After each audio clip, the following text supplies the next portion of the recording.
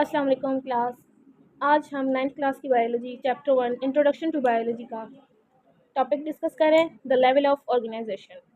उसमें हमने बायोस्फीयर तक डिस्कस कर लिया था। आगे हम अब डिस्कस करेंगे यूनिसेलुलर ऑर्गेनाइजेशन। यूनि का मतलब होता है सिंगल, सेलुलर का मतलब होता है सेल। इसका मतलब कुछ ऐसे ऑर्गेनिजम्स भी हैं जो कि सिर्फ और सिर्फ सिंगल सेल पर कंसिस्ट होते हैं। मतलब उनकी बॉडी में जितनी भी एक्टिविटीज़ हो रही होती हैं ना, वो सारा सब कुछ सिंगल सेल पर कंसिस्ट करता है। एक सिंगल सेल ही होता है, वही सारी बॉडीज़ की मतलब सारी लाइफ की जितनी भी एक्टिविटीज़ होती हैं वो सब कुछ कर रहा होता है। जितनी भी एक्टिविटीज़ होती हैं लाइफ की, वो एक सेल कर रहा होता है। अब जैसे कि अगर हम एग्जांपल देख लें, सच एज एक्टिविटीज़ क्या हैं, डाइजेस्ट द फूड, फूड को डाइजेस्ट करना हो, ओके, या फिर रिस्पायरेशन करनी हो, एक्सक्रिएट करना हो, या मूवमेंट ईटीसी। ये जितनी भी एक्टिविटीज़ हैं जो कि ये करनी है, ये सिर्फ एक वन सेल होता है। मतलब वन सेल पर ऑर्गेनिज्म है जो कि कंसिस्ट हुआ हुआ है। वो एक जो वन सेल है ना, वही इसकी सारी की सारी लाइफ की एक्टिविटीज है ना, वो परफॉर्म कर लेता है। अब इसमें कौन कौन से ऑर्गेनिजम्स आते हैं? इसमें ऑर्गेनिजम्स का अगर हम एग्जांपल देखें तो वो एग्जांपल है, जैसे कि आ सकता है बैक्टीरिया, बैक्टीरिया आ सकता है, एमोबा आ सकता है, एमोबा आ सकता है, पैरामेशियम आ सकता है,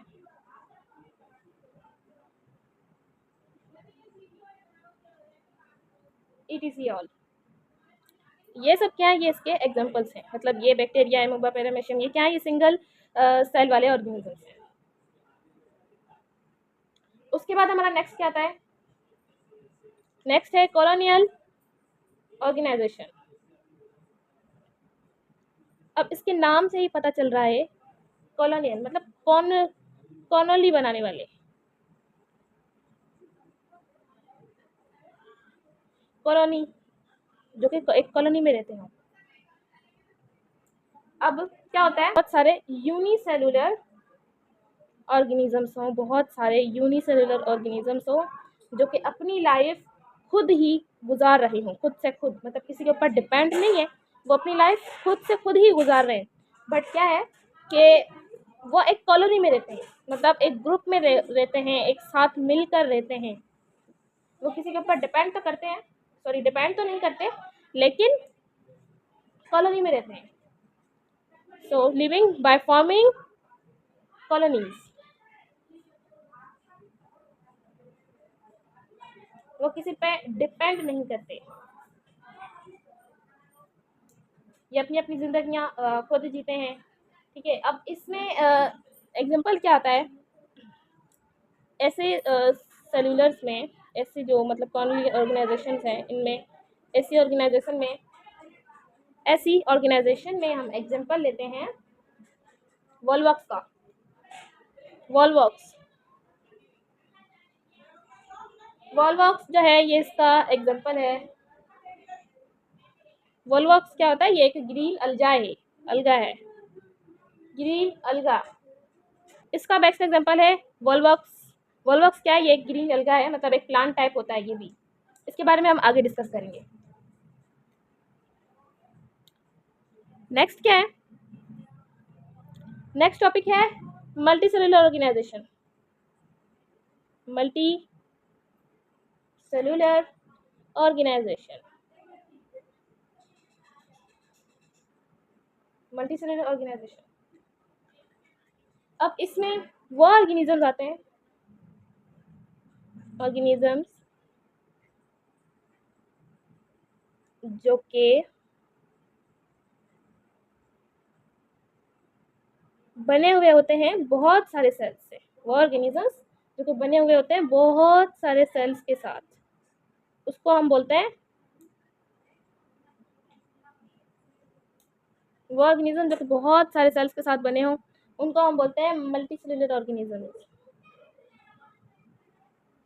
मल्टी सेलुलर ऑर्गेनिजम्स।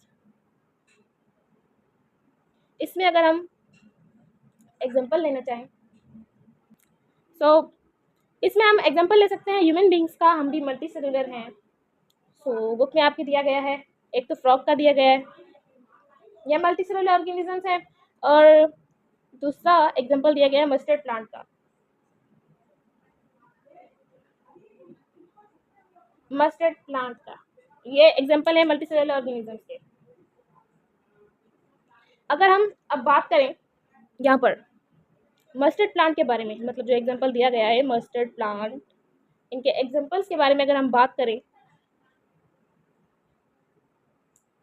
तो इनके एग्जांपल्स अगर हम इनके पॉइंट्स देखें तो क्या है, इसका साइंटिफिक नेम है मस्टर्ड प्लांट का, ठीक है। साइंटिफिक नेम आता है, क्या है साइंटिफिक नेम है इनका, ब्रासिका कंप्रेसिस।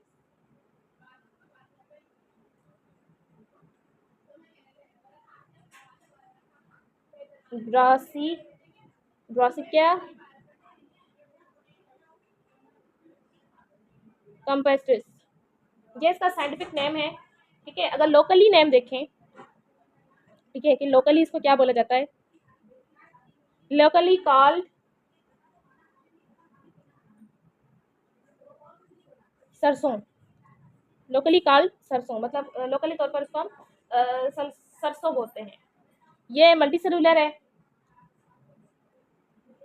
मल्टी सेलुलर है बिल्कुल, क्योंकि मल्टी सेलुलर ऑर्गेनिज्म का एग्जांपल है, हम उसको डिस्कस कर रहे हैं, तो ये मल्टी सेलुलर है, ठीक है। और ये कल्टीवेट किया जाता है, कल्टीवेटेड इन विंटर सीजन, मतलब इसको हम कल्टीवेट करते हैं विंटर के, सर्दियों में, विंटर सीजन में। अब इसको जो लीव्स है ना, लीव्स ऑफ दिस प्लांट, मतलब इसके जो लीव्स हैं उसको हम यूज करते हैं,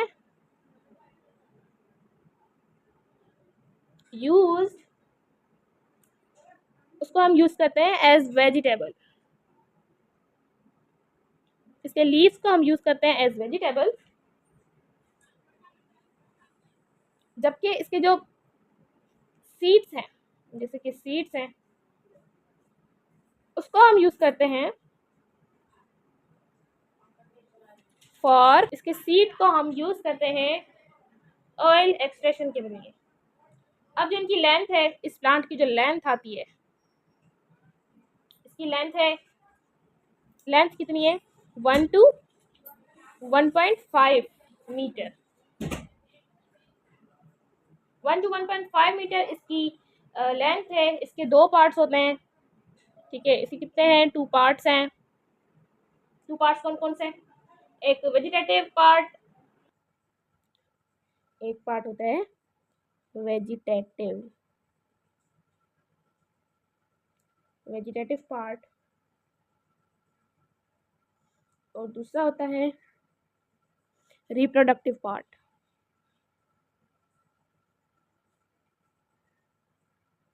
दूसरा क्या होता है, दूसरा होता है रिप्रोडक्टिव पार्ट। अब ये जो पार्ट्स हैं ये किन किन चीज़ों पर कंसिस्ट करते हैं, जो वेजिटेटिव पार्ट होता है ये कंसिस्ट करता है रूट पर, स्टेम पर एंड लीव्स पर,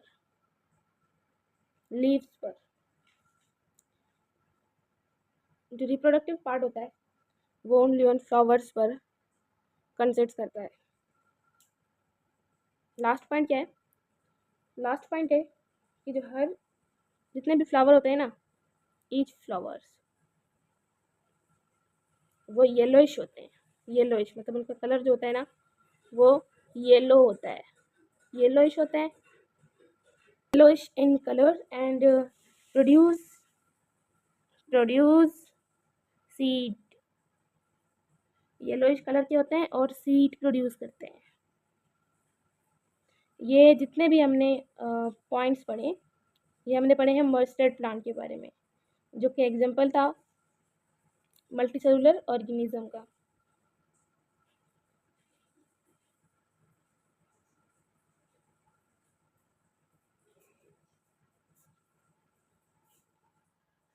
अब हम पढ़ेंगे अब हम स्टडी करेंगे फ्रॉग के बारे में।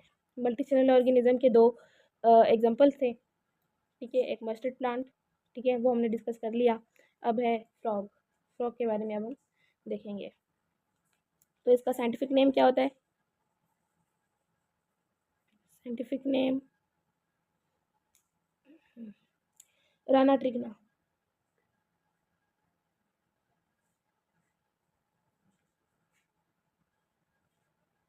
ये इसका साइंटिफिक नेम है। इसको फाउंड किया जाता है कॉमनली रीजन पर, मतलब ये कॉमनली मिल जाता है।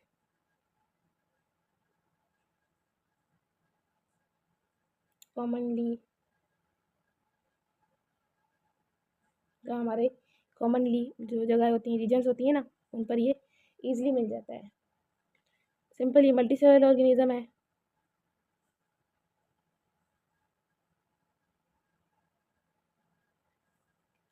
Live in both side, live in both water as well as on land। live in both water as well as on land, मतलब ये पानी में भी रह लेता है और ज़मीन में भी रह सकता है। इट्स बॉडी, नेक्स्ट पॉइंट क्या है? नेक्स्ट पॉइंट है इट्स बॉडी डिवाइडेड, मतलब इसकी बॉडी डिवाइड हुई भी होती है into heads and trunk. Okay, there is no neck, इनकी कोई गर्दन नहीं होती,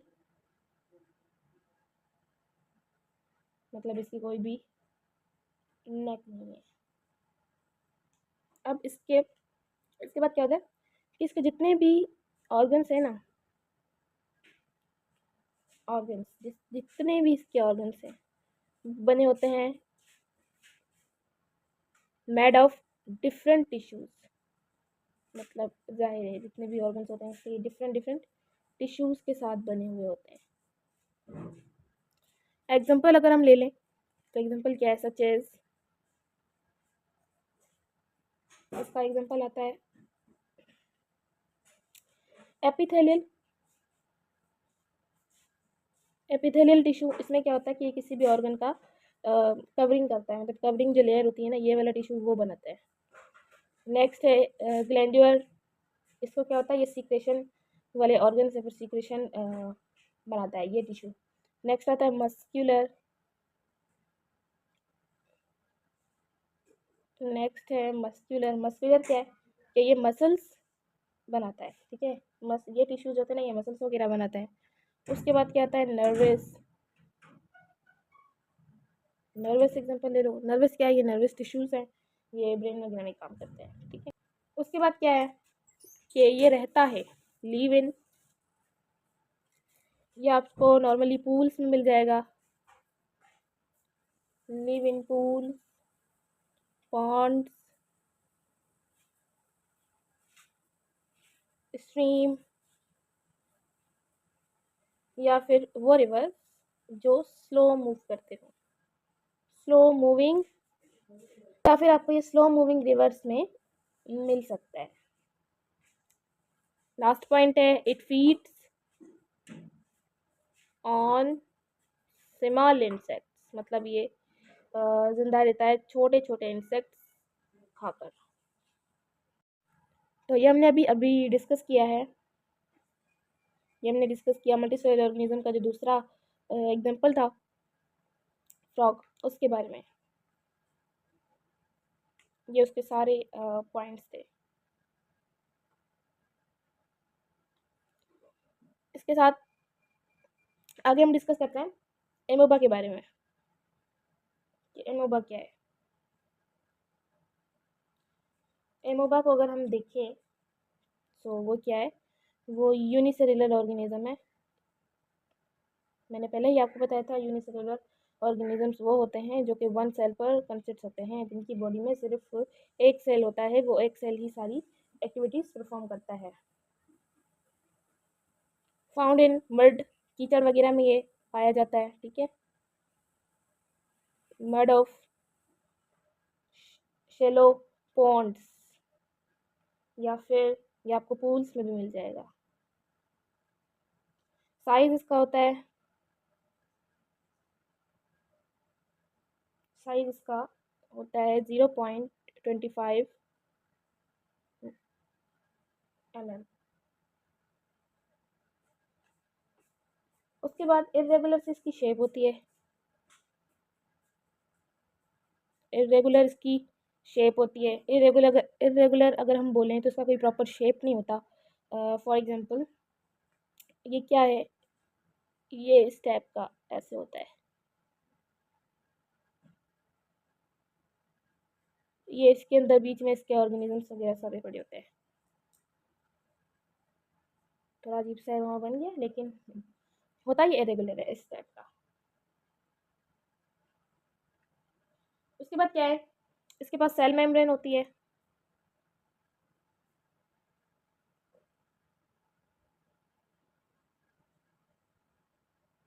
इसके पास सेल मेम्ब्रेन होती है जो कि इसको हेल्प करती है, विच हेल्प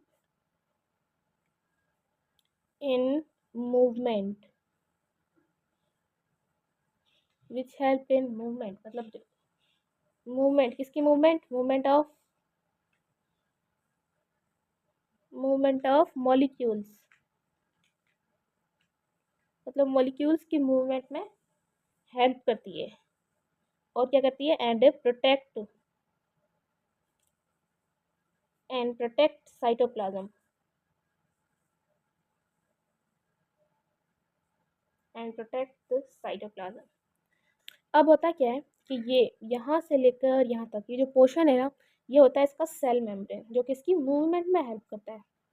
मूवमेंट में कैसे हेल्प करता है, मूवमेंट में आप देख सकते हैं ये एक इरेगुलर सा एक मैंने बड़ा सा एमोबा बना दिया है, ठीक है।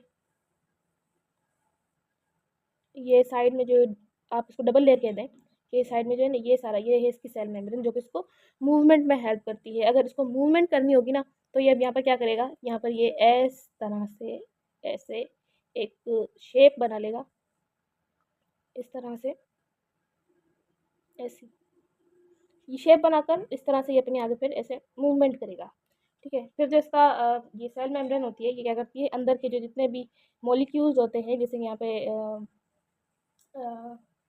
न्यूक्लियस पड़ा हो, ठीक है, या इसके अंदर साइड में लाइसोसोम्स पड़े हुए हैं, या इसके अंदर फूड वैक्यूल वगैरह पड़ा हुआ है, माइटोकॉन्ड्रिया पड़ा हुआ है, जितने भी अंदर इसके मॉलिक्यूल्स या ऑर्गेनल्स वगैरह पड़े होंगे ना, ये उनको प्रोटेक्ट करता है। और जिसका अंदर साइटोप्लाज्म होता है, मतलब यहाँ पर इसे इनका ना अंदर साइटोप्लाज्म होता है, तो जो साइटोप्लाज्म होगा ये उसको भी प्रोटेक्ट करता है। अब इसका जो आउटर पार्ट होता है ना, आउटर पार्ट ऑफ किसका, साइटोप्लाज्म का, साइटोप्लाज्म का जो आउटर पार्ट होता है वो बिल्कुल ही क्लियर होता है, मतलब साफ, is very clear and transparent, clear and transparent, मतलब बिल्कुल ट्रांसपेरेंट होता है। इसलिए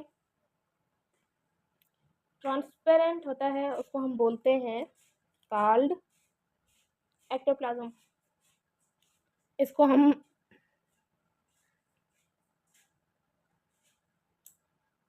एक्टोप्लाज्म भी बोलते हैं। एक्टोप्लाज्म बोले तो उसको हम सिंपली जेल भी बोल सकते हैं। उसके बाद जो इसका इनर पार्ट होता है, जो इसका इनर पार्ट है,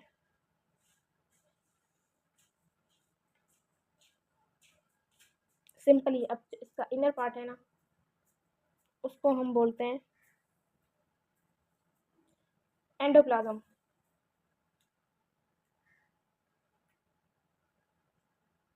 इनर पार्ट को हम एंडोप्लाज्म बोलते हैं, जो कि बहुत ही इनर पार्ट को हम एंडोप्लाज्म बोलते हैं, जो कि बहुत ही सोल होता है। अब जो साइटोप्लाज्म है ना, कंटेन साइटोप्लाज्म के अंदर क्या क्या होता है, साइटोप्लाज्म में कंटेन होता है न्यूक्लियस, आता है, फूड वैक्यूल आता है,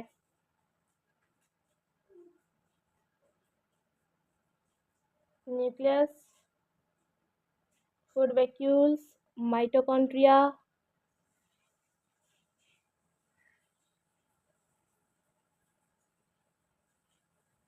माइटोकॉन्ड्रिया, ईटीसी, इस टाइप के सारे ऑर्गेनल्स वगैरह आते हैं।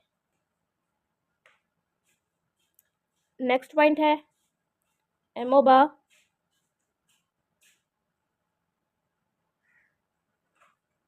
ये मूव्स करता है, एमोबा मूव्स करता है बाय फॉल्स फुट, इसलिए हम इसको कहते हैं फेसिडोफिया।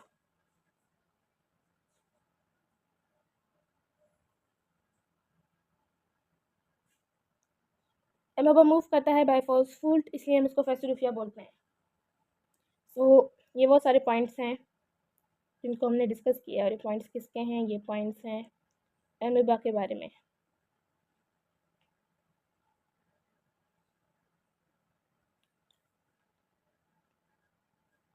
ये सारे पॉइंट्स थे एमोबा के बारे में।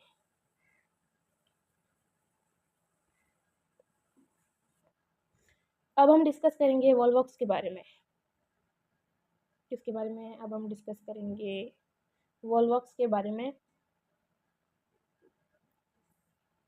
जिसका पहला पॉइंट है कि वॉल्वॉक्स जो होते हैं ना, ये पॉलीफेटिलेटिक होते हैं। पॉलीफेटिलेटिक होते हैं। पॉलीफेटिलेटिक का मतलब क्या? पॉलीफेटिलेटिक का मतलब आता है many ancestors, many many ancestors, मतलब इसके कोई एक नहीं, इसके बहुत सारे अबावजदात हैं। और क्या है? और ये कि ये जो जीनस है, ये जीनस है ना, ये जीनस किसका है? ये जीनस है क्लोरोफाइट ग्रीन अल्जाई का। मतलब ये जो ग्रीन अल्जाई होती है ना,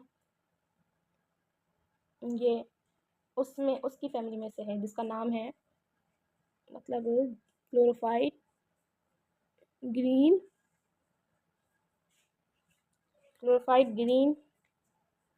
अल्जाई। ठीक है, अब कौन सी फैमिली में से है? फैमिली का नाम क्या है? इन द फैमिली का नाम है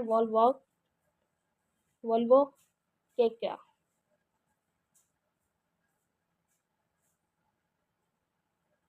वोल्वोकेका है ये, इसकी फैमिली, मतलब इस फैमिली में से है ये। नेक्स्ट पॉइंट है स्फेरिकल कॉलोनीज। ये बनाते हैं, क्या बनाते हैं?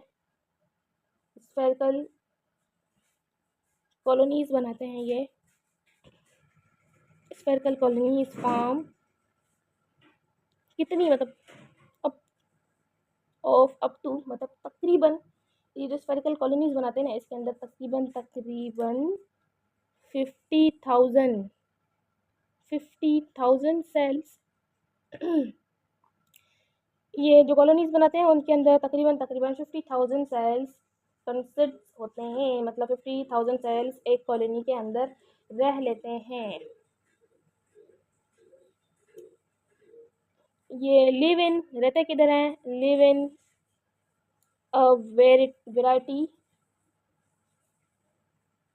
वैरायटी ऑफ इसकी फ्रेश वाटर की। ये फ्रेश वाटर में रहते हैं। फ्रेश वाटर के जितने भी हैबिटाट्स होते हैं ना, उसमें रह लेते हैं। अब इसके बारे में बताया किसने? फर्स्ट किसने रिपोर्ट किया? First reported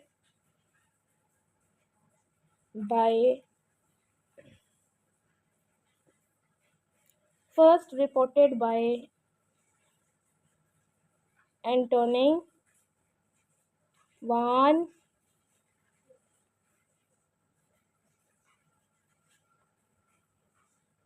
Leeuwenhoek.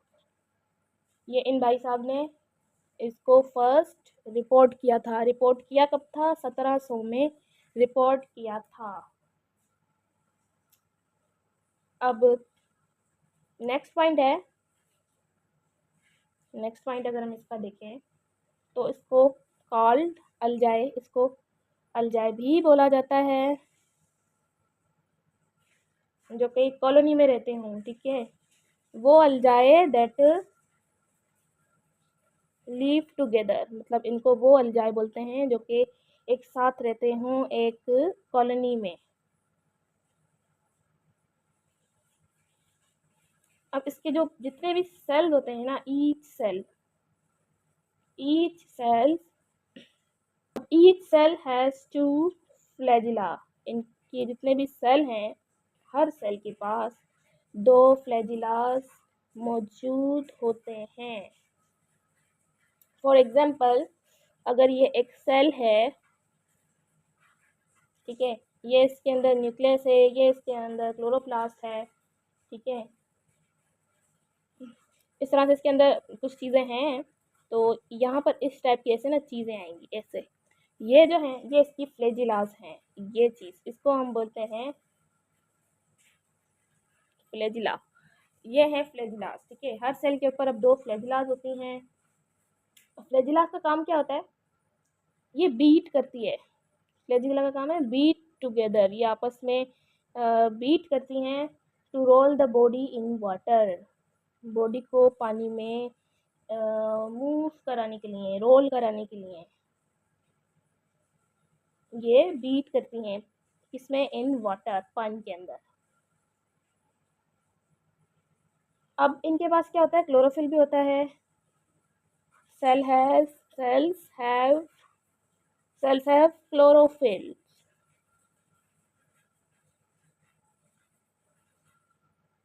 इनके पास क्लोरोफिल भी मौजूद होता है। अभी ग्रीन अल्जाई हैं तो इसका मतलब इनके पास क्लोरोफिल मौजूद है, और जब क्लोरोफिल मौजूद है तो ये अपना फोटोसिंथेसिस कर सकते हैं, ये photo and make their own food, ये अपना खाना खुद बना सकते हैं, इसके थ्रू बाय फोटोसिंथेसिस, ये अपना खाना खुद बना सकते हैं बाय फोटोसिंथेसिस। अब जो ये फोटोसिंथेसिस है ना, ये जो फोटोसिंथेसिस है, फोटोसिंथेसिस ऑर्गेनिजम्स जो होते हैं ना, वो बहुत ही इम्पोर्टेंट पार्ट होते हैं। ऐसे फोटोसिंथेसिस करने वाले जो ऑर्गेनिजम्स हों वो बहुत ही इम्पोर्टेंट होते हैं, और एन इम्पोर्टेंट पार्ट, बहुत ही खास हिस्सा है ऑफ मैनी, मतलब न जाने कितने एक्वेटिक इकोसिस्टम के, एक्वेटिक इकोसिस्टम के। लास्ट पॉइंट है कि ये हार्मफुल नहीं होते, ठीक है, नॉट हार्मफुल टू ह्यूमंस, मतलब इंसानों के लिए ये हार्मफुल नहीं है। अब हार्मफुल क्यों नहीं है, because they do not produce, ये प्रोड्यूस नहीं कर सकते any toxic substance,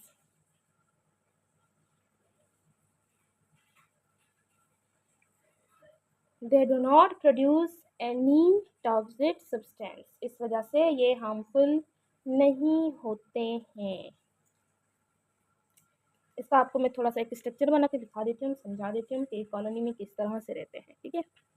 for example ये इनका एक सर्कल है, ठीक है।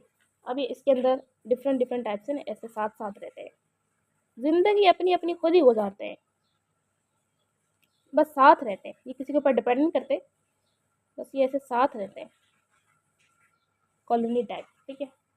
इस तरह से बस कॉलोनी बनाकर साथ में रहते हैं।